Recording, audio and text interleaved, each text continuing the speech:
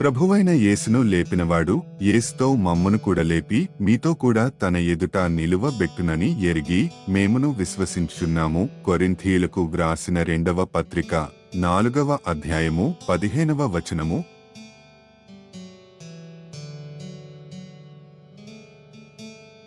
ప్రభువైన యేసును లేపినవాడు యేసుతో మమ్మును కూడా లేపి మీతో కూడా తన ఎదుట నిలువబెట్టునని ఎరిగి మేమును విశ్వసించున్నాము. కొరింథీయులకు వ్రాసిన 2వ పత్రిక 4వ అధ్యాయము 15వ వచనము.